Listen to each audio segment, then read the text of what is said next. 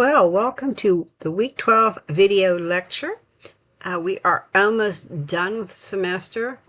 13, 14, these weeks we're going to be workshopping and drafting. Week 15, it's a surprise. Week 12, peer review of your classmates' Project 2 document is done. So be sure you do that. That's the extra credit. Week 14 is your draft of your recommendation report is due. Week 15, the extra credit, peer review of a draft. Let me go back up here. Project due is due Sunday, November 16th. The final project is due December 8th. So what are we doing in week 12? Again, reminder, your career document analysis is due by the 16th, which is Sunday. Our final recommendation report is due on the 8th. So we're finishing our readings now in our textbook, Howdy or Hello.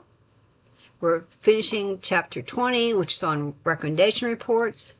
Here's what you're going to be reading. And this is just a basic lecture.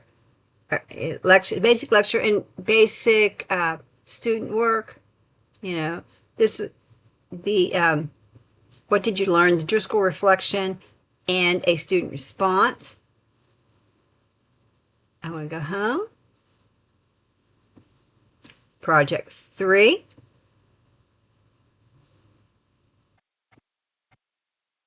This is the instructions. Here's a video where I talk about them. Remember, you're comparing two documents here. You're asking the AI to create the same type of document you just did the document analysis on. Okay? Again, questions. If you've got questions, post them in the extra credit. I want to go home. I want to talk about something real quick. On your drafts that are due Friday, remember, this is one file. There's two different documents, but it's one file. You use the insert page break feature to separate your analysis from your Driscoll reflection. Not two documents. No. And if I read your draft and you have two documents, I'll put them into one document. I want them to stay that way. You make your revisions, one document. And then for week 12, okay, you're going to do a peer review for extra credit of your classmates.